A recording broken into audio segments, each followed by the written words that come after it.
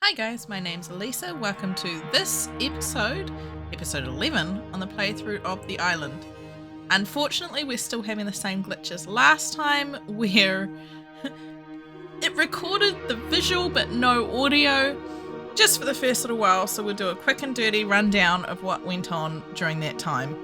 So to start with, we gave Nerves some glasses so that he was obviously the distinguished gentleman that he truly is inside. Next, we found a Dimetrodon to tame, make hatching a little bit easier, and we got a mutation. Continuing on with those lines to try and get it all worked out. We also made a proper breeding stand and got another mutation. Unfortunately, this dude was only a weight mutation.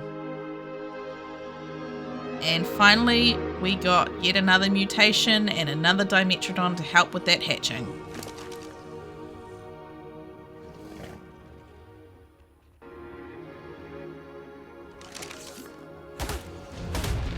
And we got our third melee mutation, which is fantastic and going to help us so much.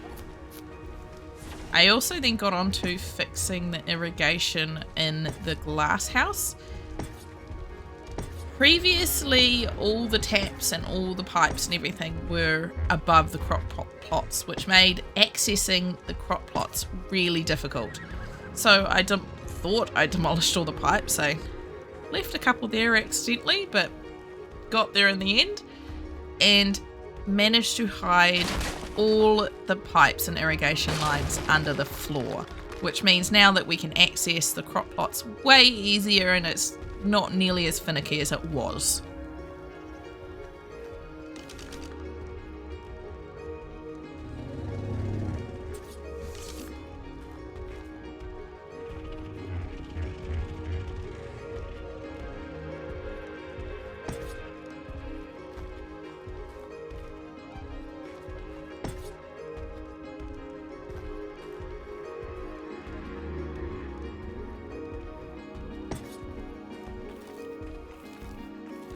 The Dimetrodons that we tamed earlier in this little sequence, also they make incubating eggs way easier because they're essentially a mobile egg conditioning unit.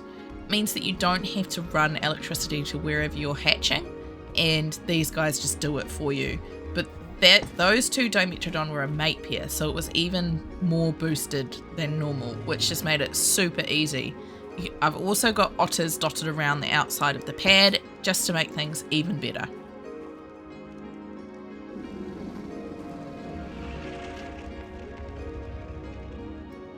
So I couldn't really see what I was doing here because the pipes were under the floor. I should have probably used K mode, but I didn't think of it at the time. So pretty much I'm just using the top little notification area where it says whether the pipe is obstructed or not, and kind of guessing approximately where they need to go. After this, I got some flexible pipes and kind of just popped them around where they would snap to, in theory that they would snap to each pipe and I would be able to put an outlet there. Once I'd done that, I did check and every single one was irrigated, so it worked like a charm.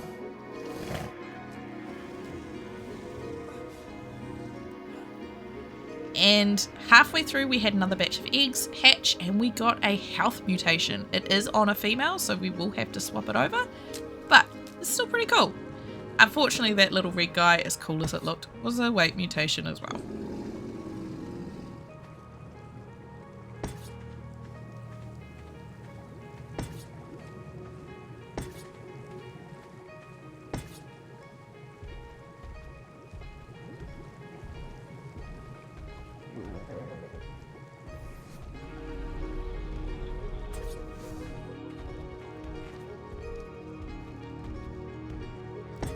Here I'm just popping down the flexible pipes like I mentioned just before.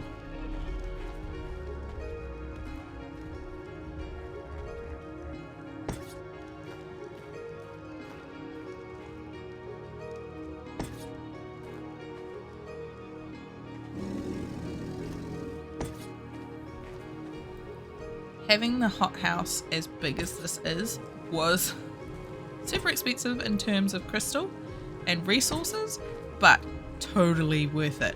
Having this many crop plots has meant a massive amount of production for making kibble and stews and the like. It's also meant that health potions are super easy. As much as it looks like a waste, I will definitely be doing large glass houses from now on.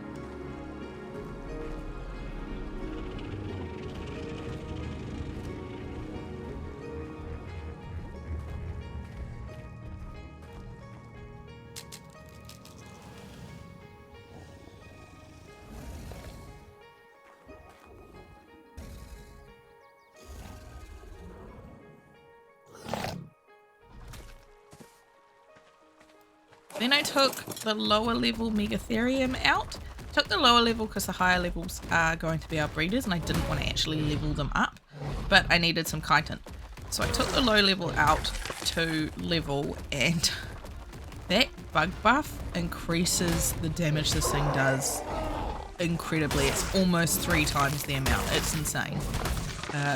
This thing is a monster when it has the bug buff going on.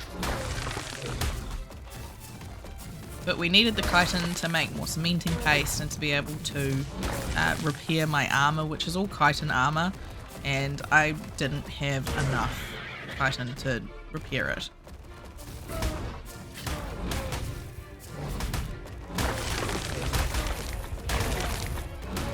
I leveled this guy in almost exclusively melee. There was a little bit of weight and a little bit of health, but pretty much all my tames get leveled quite high in melee because it just makes any encounter like this so much easier. A single hit and anything is gone. I also decided to be cheeky and try and steal this Dimorphodon egg just to see what they would do, and sure enough they get annoyed. But with melee leveled like it is, these guys were no match for this Megatherium.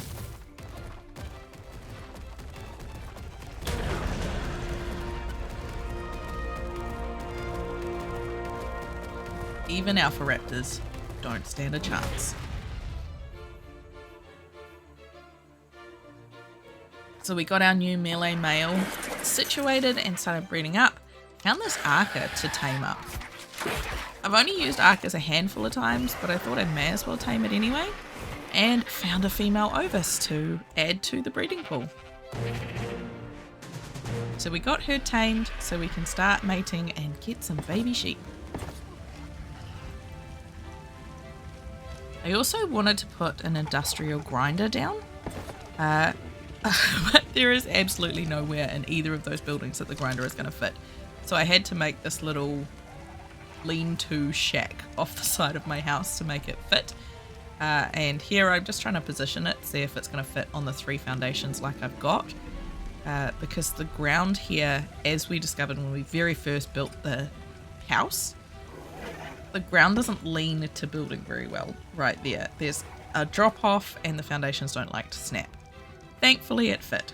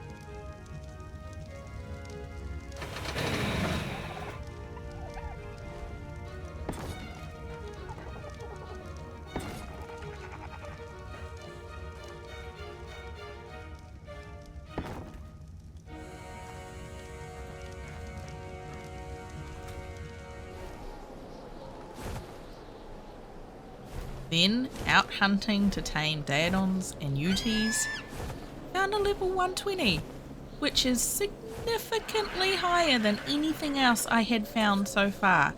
So we had to build a trap. There, I really didn't want to try and tame this thing on foot. Especially with the fact that one roar and the RG is feared, so it's super hard to keep up with that thing on an RG. Also, didn't want to deal with his Kano mates, so I did my best to make a trap. Unfortunately, didn't really go to plan, as you are about to see.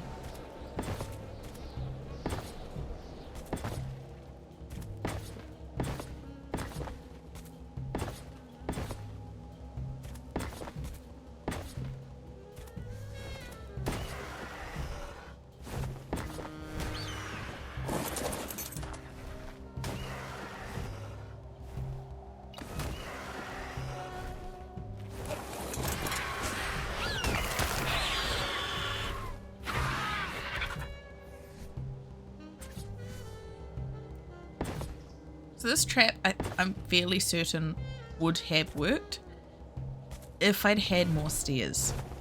I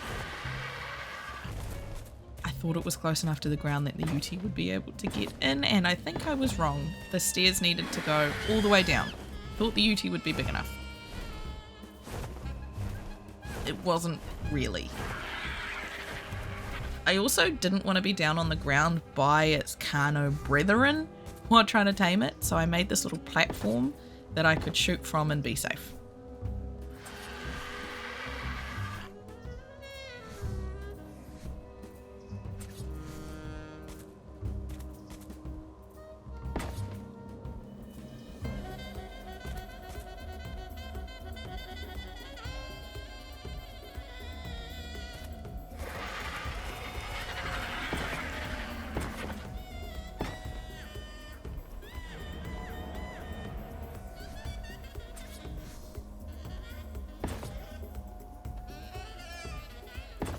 Yudi was definitely starting to get a bit close to full comfort while building this trap, but I had to get it done. I really wanted this Yudi on our team.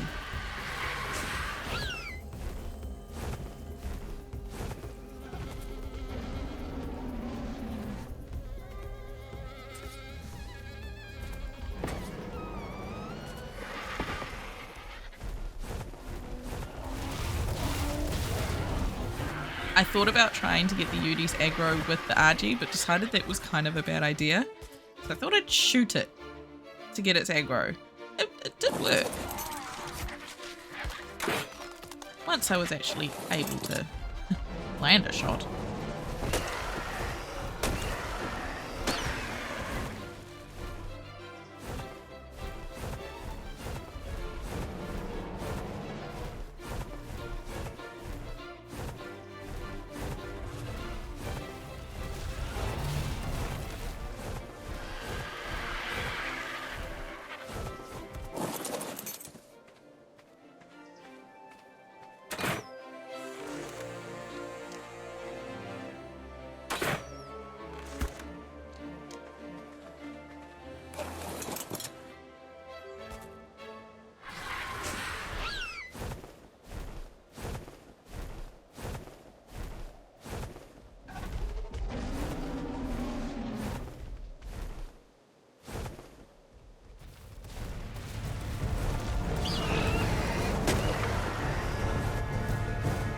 Unfortunately, with it completely missing the trap, it also fear-warned me, so I had to try and get it back towards it, and it fear-warned me again. So there was just a little bit of time spent around flying where I had absolutely no control.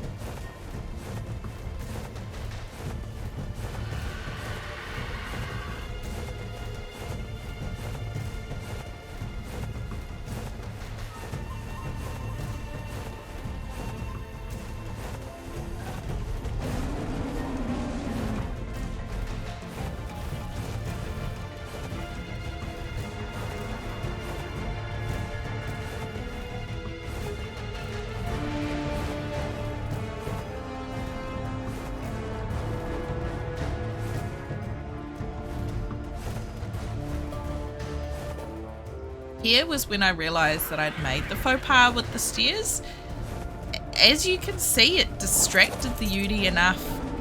It aggroed on my building, so I was able to keep it right there so that it was super easy to hit. But it did also mean that it wasn't trapped when it started to torpor run.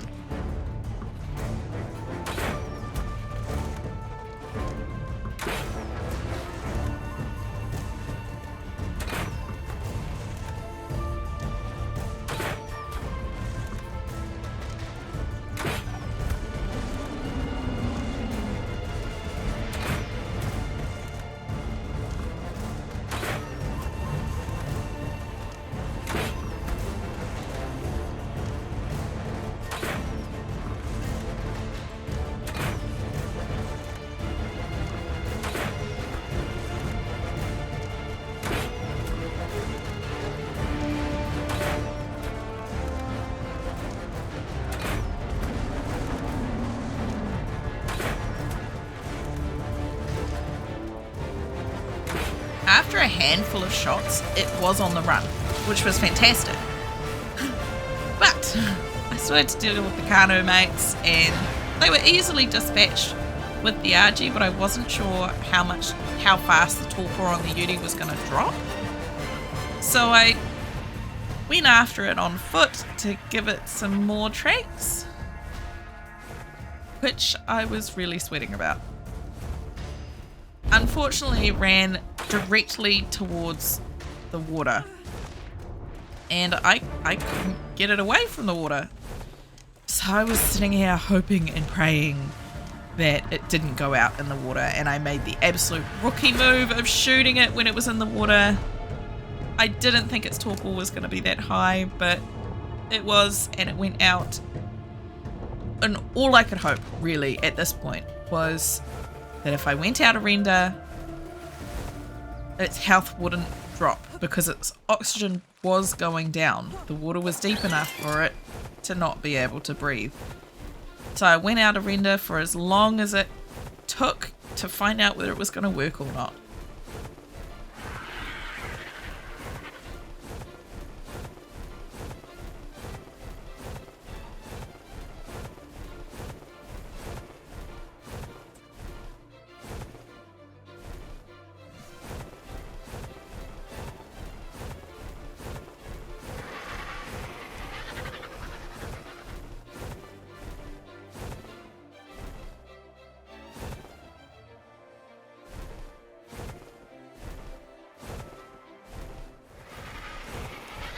Unfortunately though, going out of render wasn't enough, and it did end up drowning.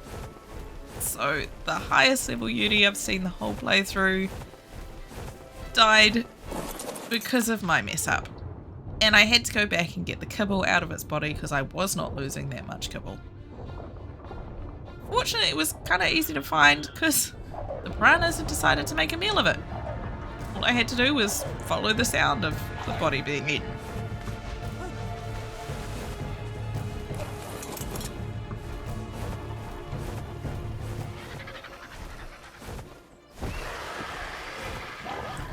After some searching though, I did manage to find a semi-decent level Daedon. I was definitely going to need one of these for the coming boss fight, so I picked that up. I think it's level 80 something. Not the best, but also not the worst.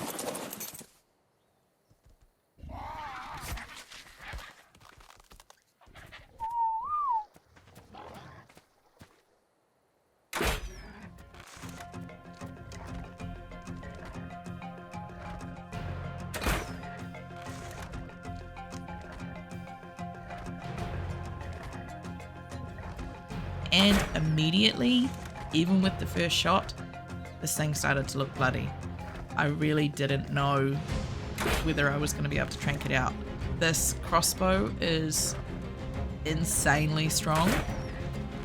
It means they trank out really fast, but it also means that it does quite a lot of damage, and I was really hoping that I wasn't going to kill this thing. So I was being super careful not to put too many shots in it. Fortunately though, it went down without me killing it.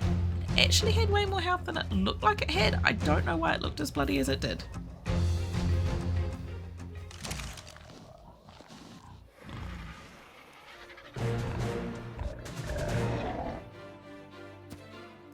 And now we've got a Daedon on the team.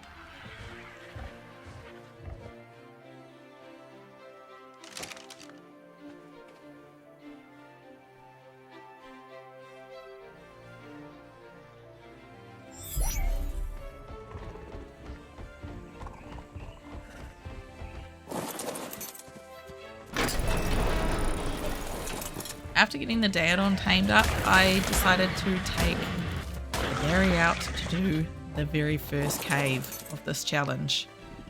We headed straight to Lava Cave.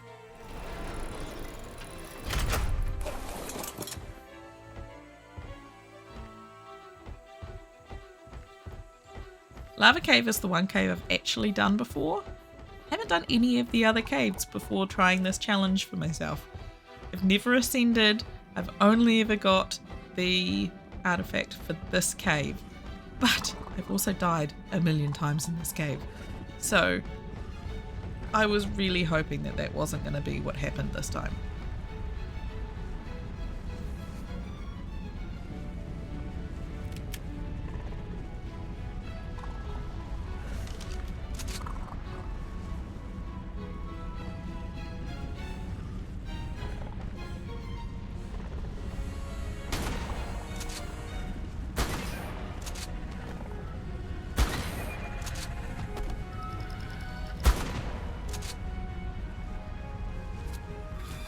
After this little interaction with the bats and not really being able to kill them with the shotgun off the back of the berry, kind of solidified how I was going to be doing cave runs from now on.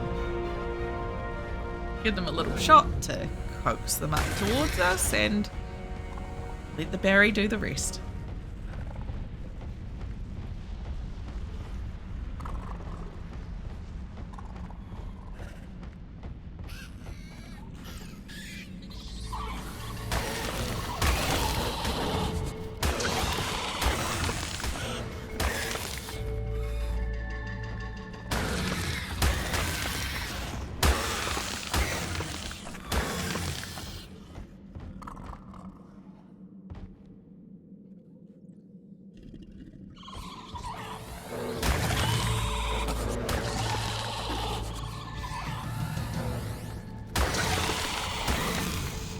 I wanted to make sure that absolutely everything in the cave was going to be dead, so they weren't a problem getting out, or if I wanted to look for drops or anything of the like. So we went around and killed everything in sight, and I really mean everything.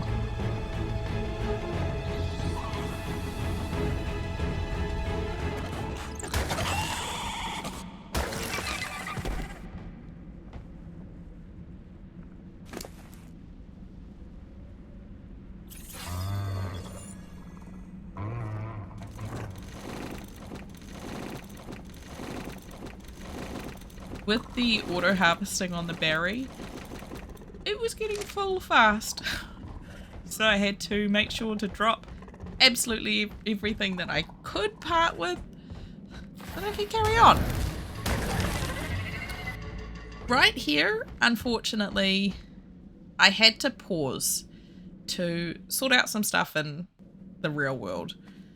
Unfortunately, I forgot to unpause the recording, and I realized right after I'd got the artifact, and I waited for it to respawn so that I could re-record what I'd done, but it didn't respawn, and I considered going back over there, but I just didn't want to take the risk. I had the artifact on me and I wanted to get out of here.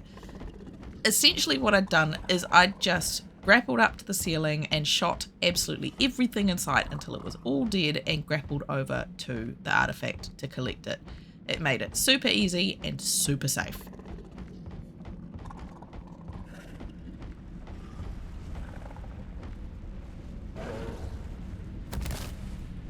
After missing that jump, I really didn't want to take the risk again, and I could see that there was the other way around, even though it was full of everything that was going to want to kill me, but I knew the berry could take it. So we went the long way round just to make sure I didn't fall into the lava and die right at the very end.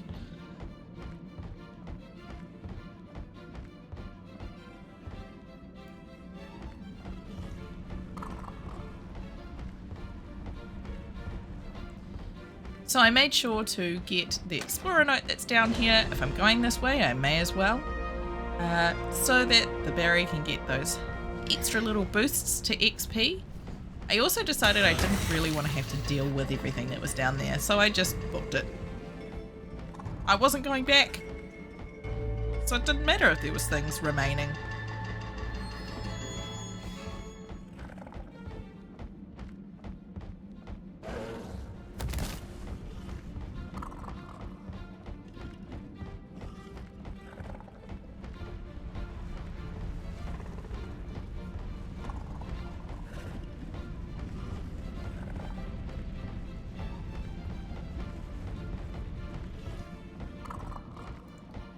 And with the ethos that I had coming in of killing absolutely everything, getting out was a breeze.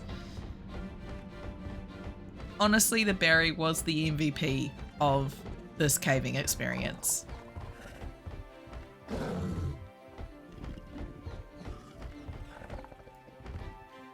Then we were out with the artifact, the very first artifact of this playthrough, and I was so excited. So excited. It felt like such a victory. Then we just had to run all the way home, which was so simple on the berry. I love these tames.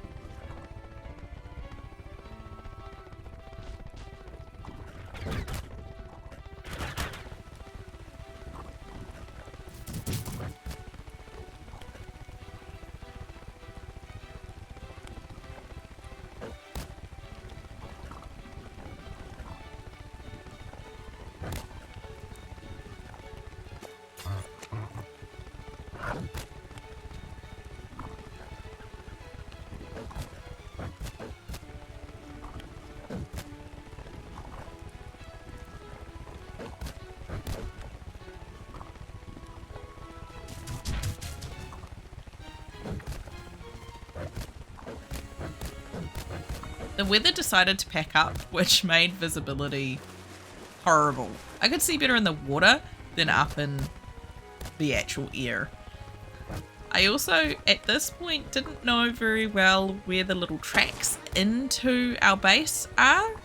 So I kind of just followed my gut on approximately where I thought home was.